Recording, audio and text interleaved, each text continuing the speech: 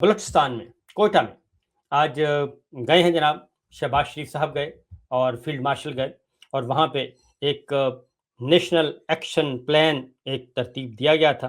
वो कभी-कभी उसमें इर्तियाश आता है और कभी-कभी उसको वो झाड़-फूँक के उस फ़ाइल को साफ़ कर लिया जाता है और कभी-कभी उसको मंज़र-ए-आम पे लाया जाता है और ऐसे वक़्त में लाया जाता है जब बहुत बड़ा नुकसान हो जाए।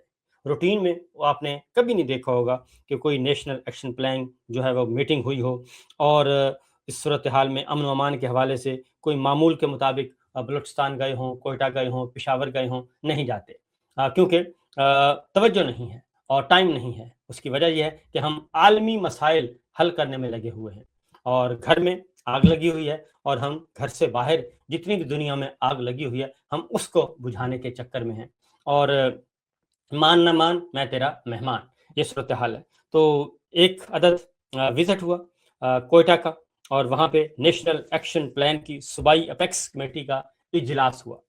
अब ये सूबाई अपेक्स कमेटियाँ हर जगह मौजूद हैं और ये इसका रूटीन में होना चाहिए और ख़ास तौर पे वहाँ पे जहाँ पे फसादात हैं, जहाँ पे अनरेस्ट है, वहाँ पे होना चाहिए और ये अपेक्स कमेटियों का सिंध में भी मौजूद है, ये पंजाब में भी मौजूद है, ये खैबर पख्तूनख्वा में भी है, ये बलूचिस्तान में भी है, हर जगह मौजूद है, लेकिन उस पे अमल दरामद नहीं किया जाता, कभी इजलास ही नहीं बुलाया जाता, टाइम नहीं है, वो फुर्सत नहीं है। बहरहाल आज ये हुआ, तो पहले ज़रा शहबाज शरीफ साहब की आमद का नज़ारा देखें कि वो गए हैं, शहबाज शरीफ साहब कोयटा पहुँचे हैं, तो उन्हें धूप बहुत लग रही थी। एक तो मैं हैरान हूँ कि ये ड्रामेबाज़ियाँ करने की ज़रूरत क्या है? ज़रा सुनाइएगा दिखाइएगा जी जो शहबाज शरीफ साहब की आमद का जो सिलसिला है, छतरी हाथ में एक पीछे नौजवान दौड़ रहे हैं। ये नहीं उनका एयरपोर्ट पे दिखाइएगा जी, एयरपोर्ट वाला दिखाइएगा, वो ज़रा ज़रूर देखिएगा। ये देखें जनाब, ये एक साहब पीछे हैं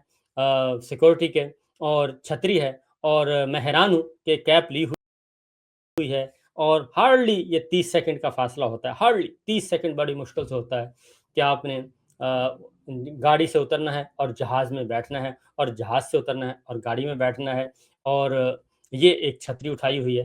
तो ये कहाँ जा रहे हैं? मीटिंग का मकसद क्या है? मीटिंग का मकसद है कि जो 42 जवान हमारे शहीद हुए हैं, हमारे बलूचिस्तान पुलिस के, दूसरी फ़ोर्सेस के 42 जवान शहीद हुए हैं उनके उनके लिए ये जा रहे हैं और कमेटी का इजलास है। लेकिन आप इनके ठाठ-बाट देखें और इनके चश्मे देखें, ब्लैक चश्मे ऐसे जैसे कोई डॉन होते हैं, वो लगाए हुए हैं और आगे-पीछे और ये है इनकी सीरियसनेस। कम से कम वो कहते हैं कि इंसान को अगर कहीं जाए अफ़सोस करने, तो अफ़सोस ना हो लेकिन अपना मुँह वैसा बना लेना चाहिए, वैसा लिबास पहन लेना चाहिए, लेकिन इनके यहाँ वो चीज़ नहीं है। उसके बाद इनकी आपको मैं तकरीर भी सुनवाता हूँ ताकि आपको पता चले। उसके बाद फिर इजलास होता है जी अपेक्स कमेटी का और इजलास में कौन-कौन शरीक हैं? Field marshal, chief of army staff, chief of defence forces और तमाम के तमाम डिफेक्टो हुक्मरान ये मौजूद हैं। और उसके साथ बलूचिस्तान में जी सरफराज बुगटी साहब या बलूचिस्तान के गवर्नर जाफ़र खान मंदोखेल मौजूद हैं और कानून नाफ़िज़ करने वाले इदारों के सरबराहान शरीक हैं। अहद खान चीमा साहब मौजूद हैं, अता तारड़ साहब मौजूद हैं, राना सनाउल्लाह साहब शरीक हैं। ये सब के सब इस इजलास में नज़र आ रहे हैं आपको। लेकिन जो सबसे इम्पोर्टेंट आपको मैंने बताना है कि डीजीआईएसपीआर ने कल ब्रीफिंग दी और डीजीआईएसपीआर का कोई भी प्रेस रिलीज़ आप उठाकर देख लें और उनकी इंस्ट्रक्शंस हैं कि फितनतुल खारिज, फितनतुल हिंदुस्तान, भारत और ये हमारी तयशुदा पॉलिसी है कि आपने भारत को इन्वॉल्व करना है, फितनतुल हिंदुस्तान कहना है, फितनतुल खारिज कहना है और अफ़गानिस्तान का भी नाम लेना है कि ये सारे के सारी दहशतगर्दी के वाक़यात वो करवा रहे हैं। ये एक पॉलिसी स्टेटमेंट, पॉलिसी एडवाइस है, मीडिया को जारी की हुई है और उस पे अमल भी किया जाता है। और उसके साथ-साथ कल डीजीआईएसपीआर की एक ब्रीफिंग हुई और उसमें सामने कौन था, ये नहीं मालूम हो सका, लेकिन ब्रीफिंग हुई। उसमें उन्होंने वाज़ेह तौर पर कहा, अगर वो हमारे पास शॉट मौजूद है, तो कल हमने सुनवाया था, अगर वो मौजूद है कि डीजीआईएसपीआर ने कल वाज़ेह तौर पर नाम लिया कि जनाब हमें मालूम है कि ये दहशतगर्दी कहाँ से हो रही है। ये दहशतगर्दी हो रही है कहाँ से? ये हो रही है भारत से।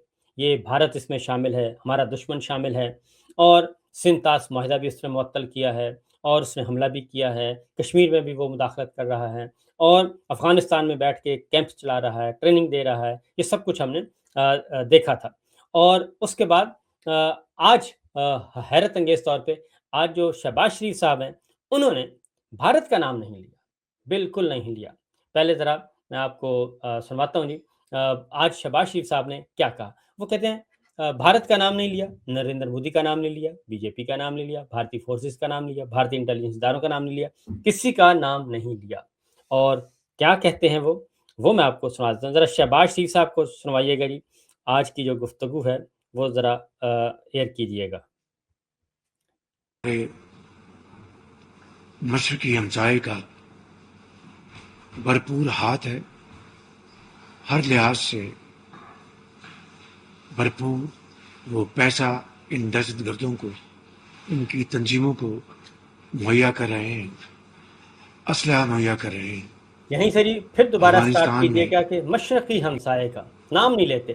ہمارے مشرقی ہمسائے کا بھرپور ہاتھ ہے، ہر لحاظ سے بھرپور وہ پیسہ ان دہشت گردوں کو، ان کی تنظیموں کو مہیا کر اب رہے ہیں۔ یہی بات جو ہے یہاں روکیے گا جی، کہ یہی بات اب بڑے بھائی بھی یہی کرتے تھے۔ اقوام متحدہ میں گئے اور اس وقت کلبھوشن ہم نے پکڑا ہوا تھا، اور آج کل کہاں ہے یہ نہیں معلوم، لیکن اس وقت ہمارے پاس ہی تھا۔ تو کلبھوشن ہمارے پاس تھا، پکڑا ہوا تھا، بہت بڑی کامیابی تھی، کیونکہ کسی بھی ملک نے، اور خاص طور پہ پاکستان انڈیا کے درمیان کبھی ایسا نہیں ہوا تھا کہ ایک serving officer, serving intelligence officer جو ہے، اور اس کا پورا نیٹ ورک اینیمی پکڑ لے دی۔ تو یہ پاکستان کی فورسز نے اور پاکستان کے انٹیلیجنس اداروں نے ایک بہت بڑا آپریشن کیا تھا، کلبھوشن یادیو پکڑا تھا، کلبھوشن یادیو نیٹ ورک پورے کا پورا۔ اور اس کے بعد پھر اس کی بنیاد پہ ہم نے بلوچستان میں صورتحال، بلوچستان میں کچھ آپریشن کیے، پھر سندھ میں کیے، خیبر پختونخوا میں کیے، کیونکہ اس کا پورا آپ یوں کہہ لیں بلو پرنٹ اس کا سامنے آ گیا تھا، وہ سارے کا سارا انفولڈ ہو گیا تھا جی، اور اس کی روشنی میں ہم نے بہت ساری کامیابی۔ لیکن اقوام متحدہ میں نواز شریف صاحب گئے اور ان کو تقریر جو آفیشیل سپیچ ہے وہ دی گئی، اور اس میں انہیں بتایا گیا تھا کہ آپ نے کلبھوشن کا نام لینا ہے، آپ نے یہ ذکر کرنا ہے، اور آپ نے پوری دنیا کو بتانا ہے، آپ کے پاس بہت اچھی اپرچونٹی ہے۔ لیکن نواز شریف صاحب نے انڈیا کا نام اس میں سے نکال دیا تھا، بھارت کا نام نکال دیا تھا، مودی کا نام نکال دیا تھا، کلبھوشن کا نام نکال دیا، وہ پیراگراف ہی کھا گئے تھے۔ اور آج شہباز شریف صاحب بھی فیلڈ مارشل کی موجودگی میں، عسکری قیادت کی موجودگی میں، سب کی موجودگی میں مشرقی ہمسایہ کہہ رہے ہیں، بھارت نہیں کہہ رہے، نریندر مودی کا نام نہیں لے رہے، بھارتی انٹیلیجنس اداروں کا نام نہیں لے رہے۔ یہ ہے کمٹمنٹ ان کی اصل میں، اور یہی ان کا عزم ہے کہ جناب ایسی کی تیسی آپ ہمارے منہ سے ہمارے دوستوں کے نام نکلوا کے دکھائیں۔ تو یہ اب ذرا دوبارہ سنائیے گا جی، تاکہ اگلی پوری گفتگو بھی سن لیں۔ جوان فوجی بھائی، اس میں کوئی شک نہیں کہ اس فتنے میں ہمارے مشرقی ہمسائے کا بھرپور ہاتھ ہے، ہر لحاظ سے بھرپور وہ پیسہ ان دہشت گردوں کو، ان کی تنظیموں کو مہیا کر رہے ہیں، اسلحہ مہیا کر رہے ہیں۔ افغانستان میں یہ دہشت گرد مل کر حملہ آور ہوتے ہیں کے پی میں، اور اسی طریقے سے اور کچھ خارجی ہاتھ ہیں جن کے بارے میں یہاں پر مزید کچھ کہنا نہیں چاہتا، لیکن ایک بات طے ہے۔ اچھا، اب آپ نے دوبارہ سن لیا جی کہ ایک پولیٹیکل خارجی لیڈرشپ ہاتھ ہے، اس کے بارے میں کچھ کہنا نہیں چاہتا، یعنی نام ہم نے کسی کا نہیں لینا۔ اب ذرا DGISPR کی گفتگو سنوائیے گا جی۔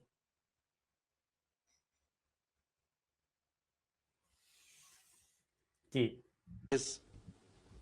who is doing it؟ یہ کروا رہا ہے ہندوستان،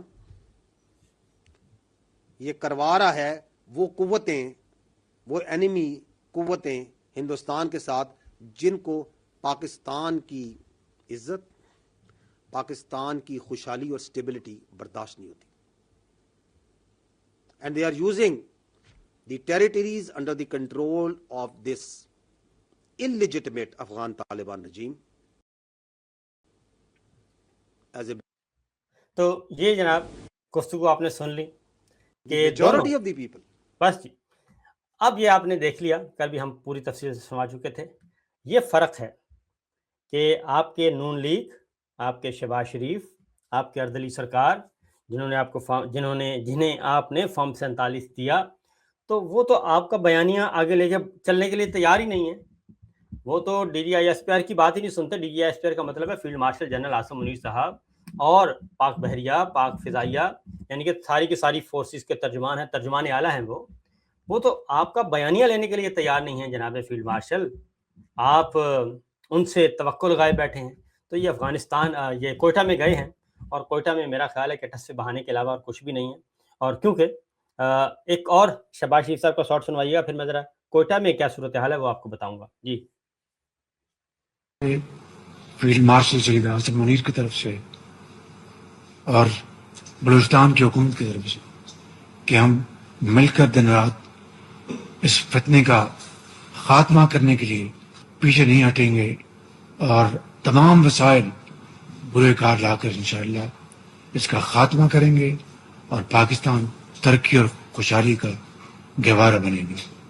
मैं इन अल्फाज के साथ एक मरतबा फिर आप सबका शुक्रिया अदा करता हूँ और वो शोहदा जिन्होंने वतन की खातिर अपनी जानें निछावर की, अल्लाह ताला के हजूर हम सब दस्त बदुआ हैं कि उनको जन्नतुल फिरदौस में जगह अता फरमाए, उनके लवाहिकीन को सब्र जमील अता फरमाए.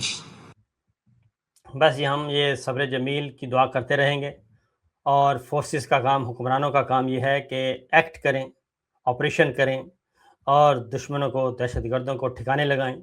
और अगर आपने ये सारी तवज्जो रजीम चेंज ऑपरेशन के बजाय इस तरफ दी होती तो अब तक बहुत कुछ तब्दील हो चुका होता.